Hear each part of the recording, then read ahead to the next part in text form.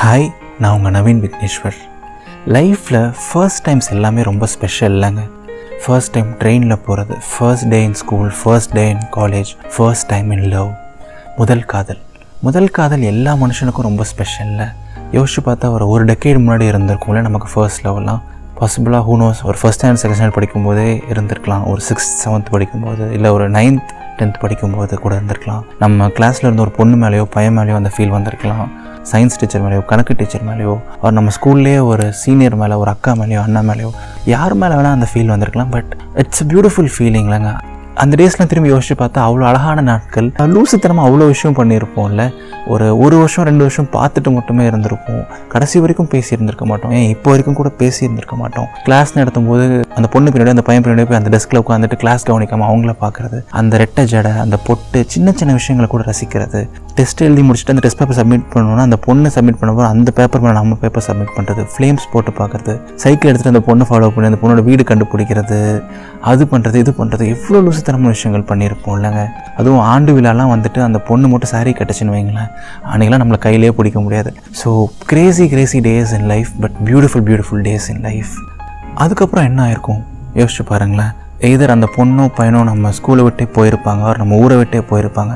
அந்த ஸ்டாஃப் நமக்கு பிடிச்சவங்க, அந்த ஒரு ஸ்டாஃபாக இருந்தால் அவங்க வேறு ஸ்கூலுக்கு வந்து ட்ரான்ஸ்ஃபர் ஆகிருப்பாங்க. ஏதோ ஒரு விஷயம் நடந்திருக்கும். அண்ட் அப்படியே கொஞ்சம் கொஞ்சமாக நம்மளும் அவங்கள மறந்துருப்போம், லைஃப்லேருந்து மூவ் ஆன் ஆகிருப்போம். இன்ஃபேக்ட் அவங்ககிட்ட நம்ம இப்போ வரைக்கும் பேசியிருக்க மாட்டோம். கடைசி வரைக்கும் அவங்க பேர் ஞாபகம் இருக்கும், அவங்க பேர் மட்டும் நமக்கு ஞாபகம் இருக்கும். அவ்வளோதான். இனிமேல் நம்ம அவங்க லைஃப்பில் பார்ப்போமான்னு கூட தெரியாது.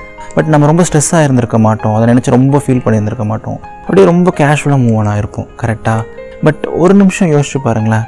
Out of all the odds, ரொம்ப ஒரு ரேர் கேஸில் இப்படி நடந்திருக்க சான்ஸ் இல்லை. பட் நம்ம 8th ஸ்டாண்டர்ட்லையோ 9th ஸ்டாண்டர்ட் லவ் பண்ண பொண்ணோ பையனோ ஒருவேளை நம்ம சேர்ந்துருந்தா, அந்த பொண்ணுக்கும் நம்மளை பிடிச்சி, அந்த பையனுக்கும் நம்மளை பிடிச்சிருந்து, had we fallen in love, ஒரு 10 இயர்ஸாக ஒரு 1 decade லவ் பண்ணியிருந்தோம் அப்படின்னா உங்கள் லைஃப் எந்த அளவுக்கு இப்போ மாறி இருக்கும்னு யோசிச்சு பாருங்களேன். பாசிபிளாக இப்போ உங்கள் லைஃப்பில் யாராவது ஒருத்தங்க இருப்பாங்க, உங்கள் லவ், உங்கள் ஸ்பௌஸ். கண்டிப்பாக உங்களுக்கு அவங்கள ரொம்ப பிடிச்சிருக்கும். Possibly he or she is the most awesome person in this world.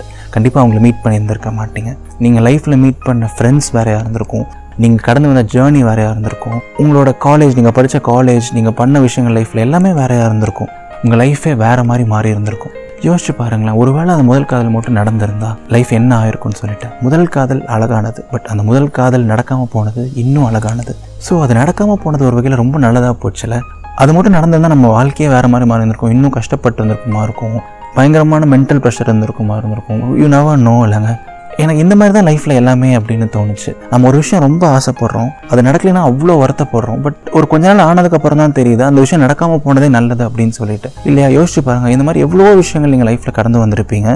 காதல் மட்டும் இல்லை, ஒரு வேறு சில வழிகள் ஆகட்டும், ஒரு சில தோல்விகள் ஆகட்டும், அதெல்லாம் நீங்கள் அந்த மொமெண்ட்டில் உங்களுக்கு அவ்வளோ கஷ்டமாக தெரியும். But as days go on, as months go on, as life goes on, அதெல்லாம் ஒன்றுமே இல்லை. கரெக்டாக இந்த மாதிரி எல்லா விஷயத்தையுமே நம்ம சின்னதாக யோசிச்சுட்டா there's nothing to worry about. And எதுக்குமே நீங்கள் லைஃப்பில் பெருசாக ஃபீல் பண்ணணும் கூட இல்லை. இந்த லைஃப் இட்ஸ் வெரி மேஜிக்கல். ரொம்ப அற்புதமான நிறைய விஷயங்கள் நடக்கும், நிறைய ஹாப்பினஸ் இருக்கும், நிறைய சேட்னஸ் இருக்கும், நிறைய பியூட்டிஃபுல்லான மூமெண்ட்ஸ் இருக்கும். அண்ட் நான் மெயினாக சொல்ல வந்த ஒரே ஒரு விஷயம், சம்டைம்ஸ் நம்ம ஆசைப்பட்ட ஒரு சில விஷயங்கள் நடக்காமல் போகிறதே நல்லதுக்கு தான். பட் அது உடனே உங்களுக்கு தெரியாது. It will take time. Okay, so what ever it be, maybe ஒரு ரீசன்ட் ஃபெயிலியர்லேருந்து நீங்கள் வெளில வந்துட்டு இருக்கலாம், ஏதோ ஒரு தோல்வியிலேருந்து நீங்கள் வெளில வந்துட்டு இருக்கலாம். பட் கண்டிப்பாக அது நல்லதுக்கு தான் நடந்திருக்கும். ஒரு கொஞ்ச நாள் போக போக நீங்கள் அதை ரியலைஸ் பண்ணுவீங்க. ஸோ எதை பற்றியும் யோசிச்சுட்டு மனசு போட்டு ரொம்ப குழப்பிட்டு இருக்காதீங்க. நடந்தது எல்லாமே நல்லதுக்கு தான். சரிங்களா? All is well, take care.